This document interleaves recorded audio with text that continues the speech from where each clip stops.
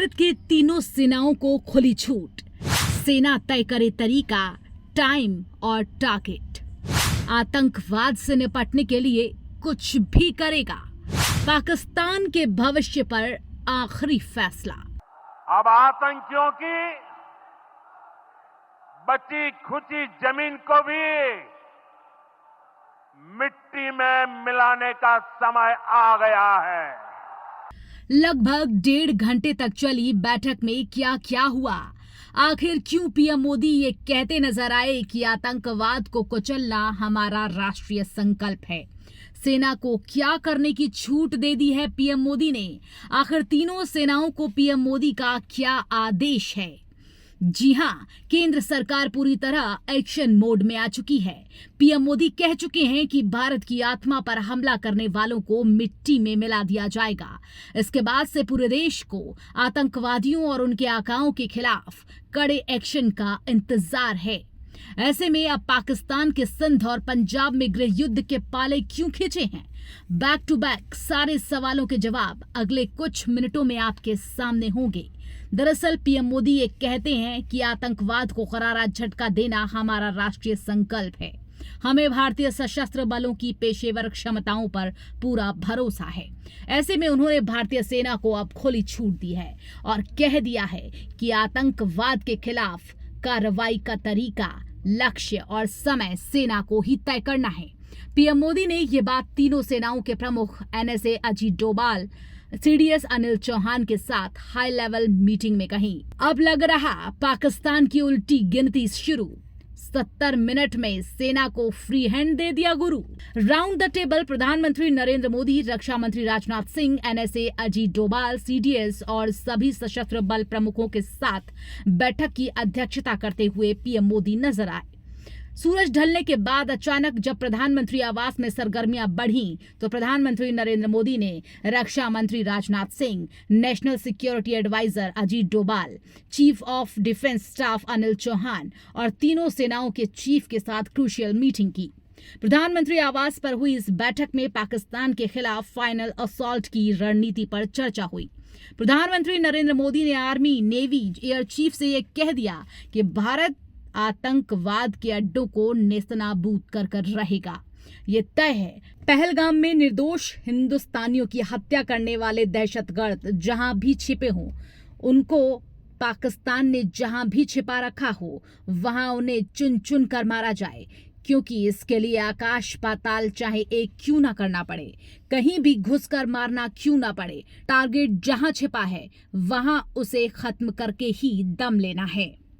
आतंकी हमले के ठीक 2 दिन बाद यानी कि 24 अप्रैल का वो दिन आपको जरूर याद होगा जब प्रधानमंत्री नरेंद्र मोदी बिहार दौरे पर थे। उन्होंने मधुबनी जिले में आयोजित राष्ट्रीय पंचायती राज दिवस कार्यक्रम को संबोधित करते हुए साफ कहा था कि आतंकियों और उनके आकाओं को नहीं बख्शा जाएगा। पीएम मोदी ने चेतावनी दी थी कि जिन्होंने भी यह हमला किया है उन आतंकियों को और इस हमले की साजिश रचने वालों को उनकी कल्पना से भी बड़ी सजा मिलेगी। जम्मू कश्मीर के पहलगाम में आतंकियों ने मासूम देशवासियों को जिस बेरहमी से मारा है उससे पूरा देश व्यथित है। कोटि कोटि देशवासी दुखी हैं। ये हमला सिर्फ निहत्थे पर्यटकों पर नहीं हुआ है, देश के दुश्मनों ने भारत की आत्मा पर हमला करने का दुस्साहस किया है। मैं बहुत स्पष्ट शब्दों में कहना चाहता हूं, जिन्होंने ये हमला किया है उन आतंकियों को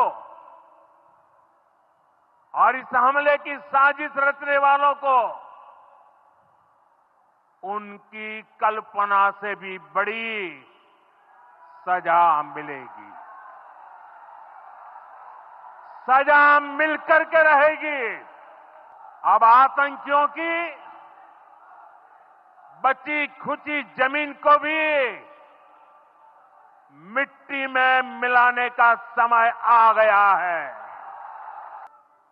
140 करोड़ भारतीयों की इच्छा शक्ति अब आतंक के आकाओं की कमर तोड़ कर रहेगी। और यही वजह है कि अब पाकिस्तान की रात हो या फिर दिन, कयामत की रात लगेगी अब उसे और कयामत का दिन लगेगा। प्रधानमंत्री नरेंद्र मोदी ने तीनों सेनाओं को अब खुली छूट दे दी है। आर्मी, एयरफोर्स और नेवी के चीफ्स को बुलाकर साफ कह दिया है कि अब पहलगाम में आतंकवादी हमले का बदला लेने का वक्त आ गया है। सरकार की तरफ से सेनाओं को पूरी तरह से छूट है। वो टारगेट भी तय करें, टाइम भी तय करें और रणनीति भी तय करें। साथ ही ऑपरेशन कैसे करना है ये भी तय करें, चूंकि भारत की आत्मा पर हमला करने वालों को अब उनके अंजाम तक पहुंचाने का काउंटडाउन शुरू हो चुका है। Bureau report, R news network.